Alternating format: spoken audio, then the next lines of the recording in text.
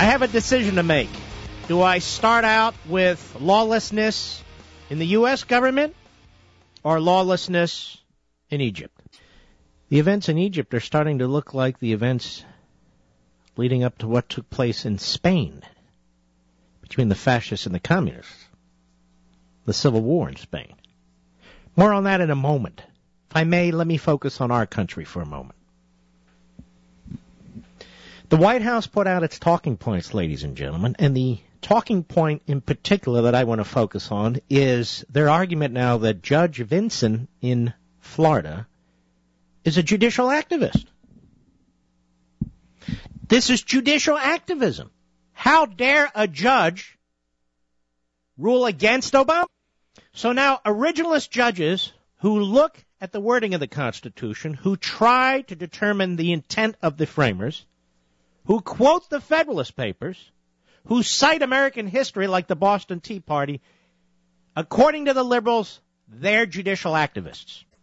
Let me ask you this. What is the job of a judge, if not to try and intuit the intention of the framers, the terms and conditions of our society that were set in place oh so long ago? Is that judicial activism? This is what the left does in this country. Takes our language, plain English, and distorts it. That's why they're propagandists. Right here, the White House blog, that's what it's called, by Stephanie Cutter, an assistant to the president, on January 31. Today, a judge on Monday in Florida issued a decision in a case filed by 25 Republican attorneys general and governors. That would be 26. Striking down the Affordable Care Act. The ruling is well out of the mainstream of judicial opinion. Then I go to the New York Slimes. They have an editorial the next morning entitled Judicial Activism on Healthcare, a ruling by a federal district judge in Florida that the entire healthcare law is unconstitutional was a breathtaking example of judicial activism and overreach. Word goes out from the White House to the New York Slimes and the Washington Compost, and it spreads across the country like locusts eating up our history. Now, we're not a stupid people. Americans, well, we've been practicing democracy for quite some time. And it seems to me, ladies and gentlemen, when we have a federal judge who stands against a lawless administration, who stands against an unconstitutional law, who reaches back into American history, into the Federalist Papers, to secure our liberty, well then, that's not judicial activism. That's a judge with enormous courage and integrity. This decision came out on Friday. It was issued late Friday afternoon, Monday afternoon, this Monday evening. And at the time it came out, while I was sitting behind this microphone, I said many things about this decision. Things that you've heard percolating yesterday and today. That's why it is important. I view my role on these issues to get this stuff analyzed and out over the airwaves as soon as possible. Because when this decision first came out on Monday, our dear friends at the Washington Times and the Fox News Channel were saying that the judge stayed his decision while ruling against government-run health care. He absolutely had not. I said he voided the case. He voided the law. He stayed nothing. I said, look at page 75. The judge said this is a declaratory judgment, finding the entire statute unconstitutional. I don't have to issue an injunction. The government can't impose an unconstitutional statute on the nation. I said if the administration failed to follow the law, then it was lawless. It was violating the Constitution, that this was as serious as Watergate. I'll prove it to you. As the first one to comment on this ruling on Monday, cut one, go. A federal judge in Pensacola, Florida, not only ruled that the individual mandate in Obamacare is unconstitutional, he ruled that because you cannot sever that mandate from the rest of the law, that the entire Obamacare bill is unconstitutional. And he went a step further. Even though he refused to entertain a request by these 26 states, excluding New Jersey, 26 states to enjoin Obamacare's implementation, he said, there's nothing left to implement. I have ruled that it's unconstitutional. And he said, I expect the federal government to comply with it. At the time, everybody was missing page 75. As soon as this decision came out, and I understood the ruling, I said, okay, now what? What did he say? What did he say? Did he stay his decision? Did he issue an injunction? What did he do? As a matter of fact, I called my guys at Landmark Legal Foundation. I said, I'm missing something. What did he do? There it is on page 75. He voided the law. It's dust. It's gone until a higher court does something else. Cut 2 from Monday. Go. So basically, the federal government has been told by a federal judge in Florida, your law is unconstitutional. You cannot implement it. Now, will the federal government defy this judge? Will it defy a court order? Will the Obama administration ignore it? And if the Obama administration ignores it, what will the media in our country do when a president of the United States intentionally and knowingly refuses to comply with a federal court order? Whether it's civil rights in the 1960s, whether it's anything else, does this not remind you of Watergate in a sense if our government does not, or that is the executive branch, does not comply with this federal judge? Do we not have a constitutional crisis if the executive branch refuses to comply with a judicial branch order? The liberals who love the courts, who use the courts to advance their cause when they can't get it democratically done, what will they say? I'll tell you what they'll say. We have 2 other judges who've ruled that it's constitutional. That doesn't matter. You don't get the forum shop results. A federal court in Florida has said that this law is unconstitutional. Period. Your only relief is to appeal it. You must cease and desist from further attempts to implement it. But I guarantee you, ladies and gentlemen, that the media in this country, which would call for the impeachment of a Republican president who openly defied a federal court order, and in fact did, will support this president because they believe in Obamacare and they want the result changed. It's Monday evening, right after the decision was issued, and I want one step further.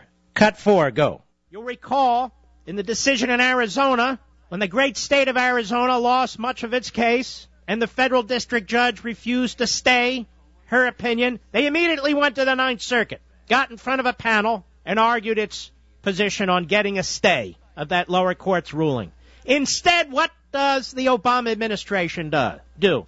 Calls the reporters together in a phone conference. This is CBS News. And I quote from CBS News, the White House officials said the ruling would not have an impact on implementation of the law, which is being phased in gradually. The individual mandate, for example, does not begin until 2014. They said that states cannot use the ruling as a basis to delay implementation in part because the ruling does not rest on anything like a conventional constitutional analysis. 26 states disagree, and a federal judge disagrees.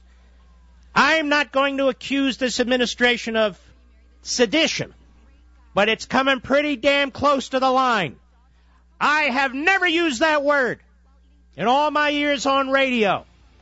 Never to describe what I consider the extra-constitutional, if not unconstitutional, behavior of this administration. But this is a de facto injunction issued by a federal judge, and they cannot pretend that it hasn't been done and play so ruthlessly with the rule of law. All right, that was Monday. One more. I then encouraged Congress. I urged the Republicans in the Congress not to sit on their laurels, but to act. To act. When we have an administration right now, it's Wednesday, right now, defying the Constitution. Cut 3, go.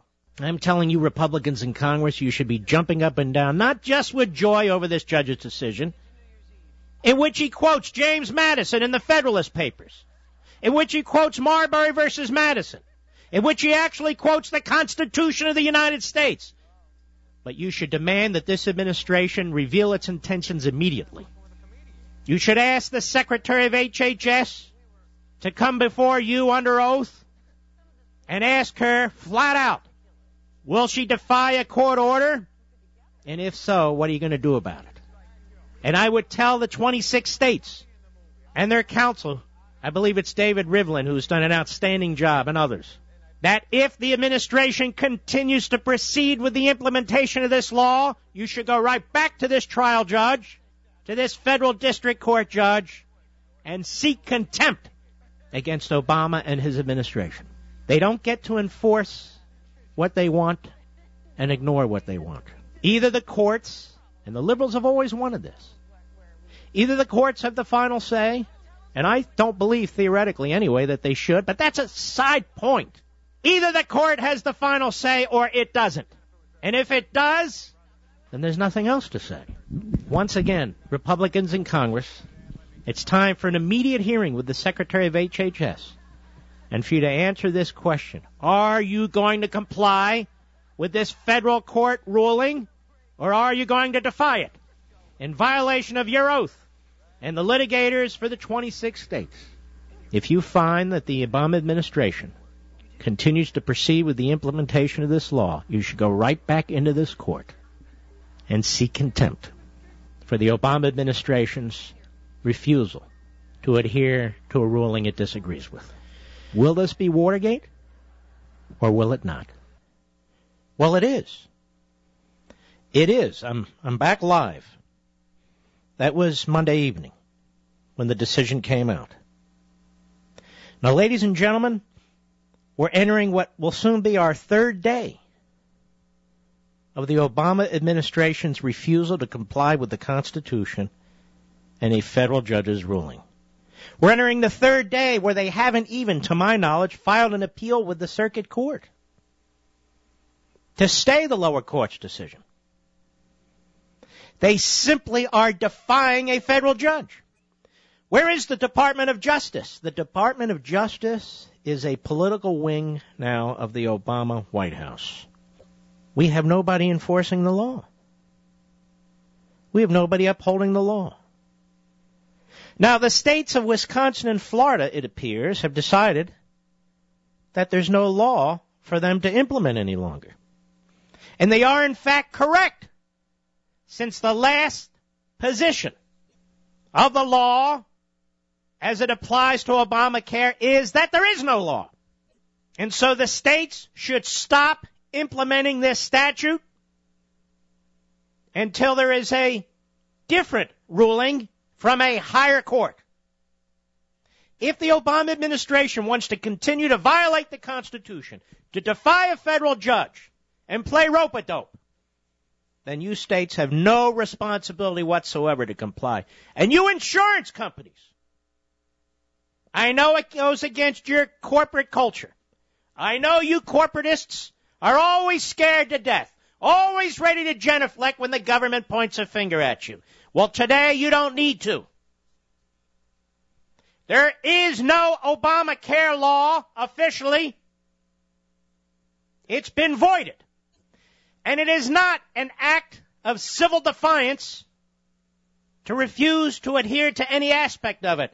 The act of civil defiance, that is, the act of constitutional violations, are occurring on the other side. Barack Obama today, the Attorney General of the United States today, the Secretary of HHS today, are conducting themselves in a lawless fashion. It is they